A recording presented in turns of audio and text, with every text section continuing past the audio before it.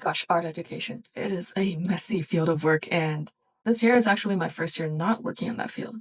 I guess I am having some points to give. This is going to be a video on why I quit art education and why you should reconsider going into it. Some backgrounds. I've been teaching since 2016. That is high school graduation for me.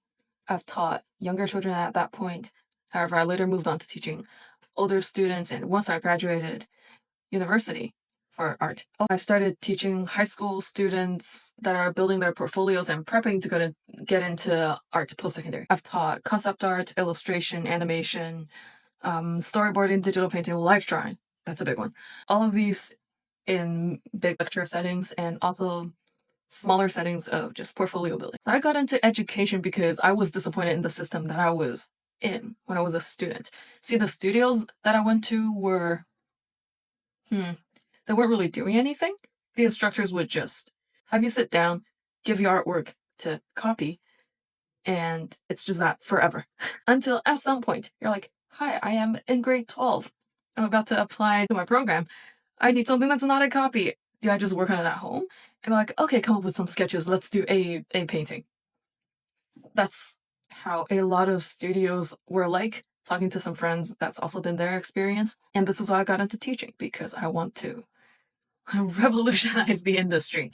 That is very naive, but I still wanted to make the students feel a bit better than the way that I did back then. And because I had that thought very early on, I started teaching fairly early, and that always got me mistaken as a student, either by the students or their parents, which was kind of annoying because they had some interesting comments.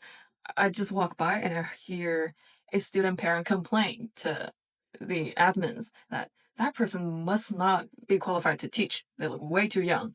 Yeah. Anyway, that's interesting. Nonetheless, let's get to some points that are actually helpful, actually informative.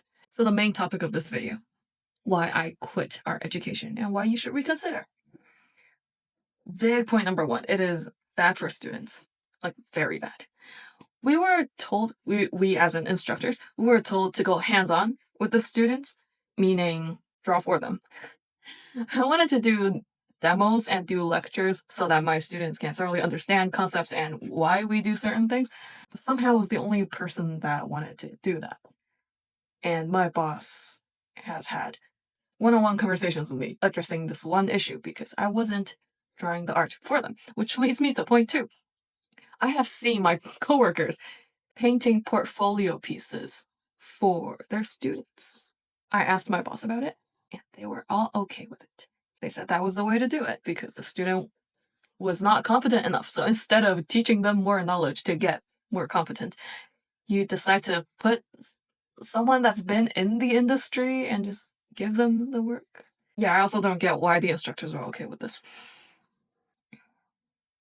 For larger lectures, I was the only instructor at the schools that I've taught at, which, more than one. I was the only instructor that actually taught. This is a statement coming from my past students, and that's quite interesting. Now, what did the others do? That got me very curious. So I did stand in some other classes and do what I've experienced in the past as a student. They give prints of artworks to students, and it's like, copy this. And they do that forever until they have to make a portfolio. You've heard this all before. The only different thing is, now when the institutions get bigger and more professional, they're like, we can have your student go to any school. We have that superpower, and the superpower is, when your kid can't do it, just get the instructor to paint everything and draw everything and come up with the concepts. Not great. Students would arrive at their dream school, and all of a sudden they're like, I don't know how to do this. And their grades are super low, but the school doesn't care. The schools that I worked at that brought them to their post-secondary, they don't care. I had conversations with my boss. They said, once they're out of here, I don't give a shit. That's not great. It really sounds like at this point that I'm making it up, but I am not.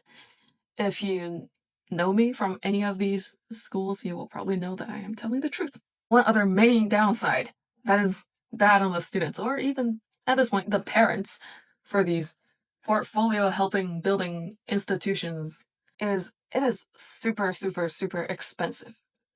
You rather gotta be extremely rich to afford it, or I don't know, you're not eating proper food or having anything. The schools don't actually tell me how much the students are paying, so the schools won't tell me. So I asked students, as one would do. Apparently, and I did ask multiple students, so it's not just so not that anyone would lie or anything. It was 30K for a semester or a school year. That is a lot of money to get your child to a place to draw twice a week.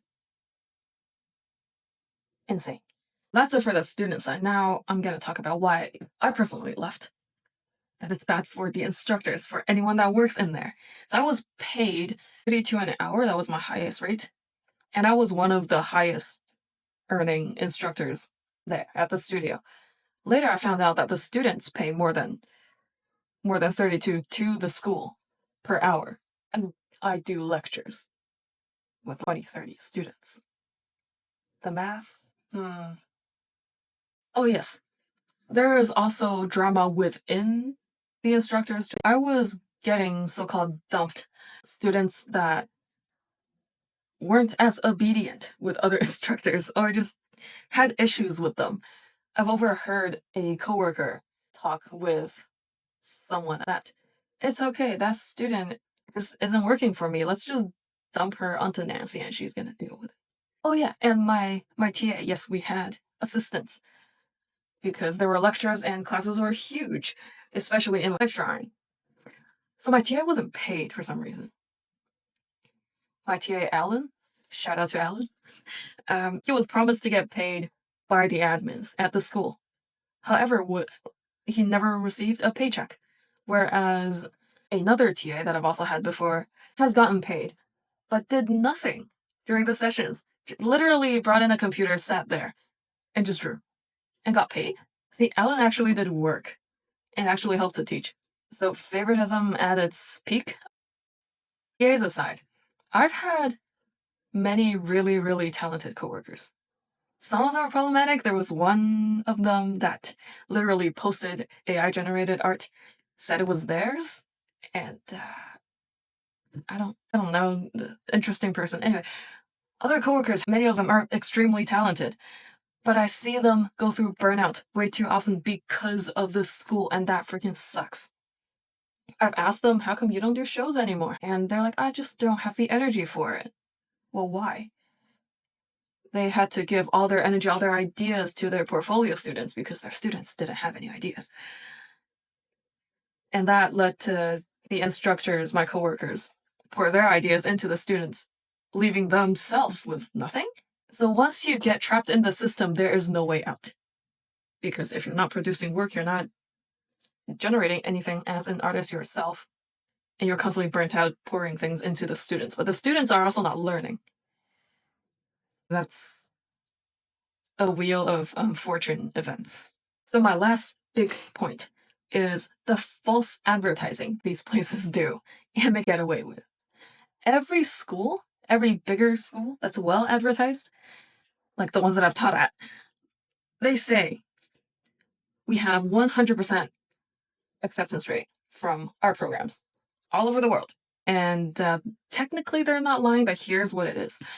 The school admins, they sweet talk the parents and students, mostly parents, into applying to basically every program that's out there that's related to what the student can do.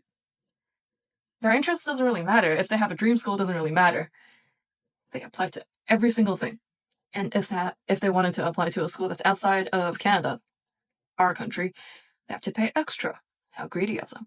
And here's a very big problem with this.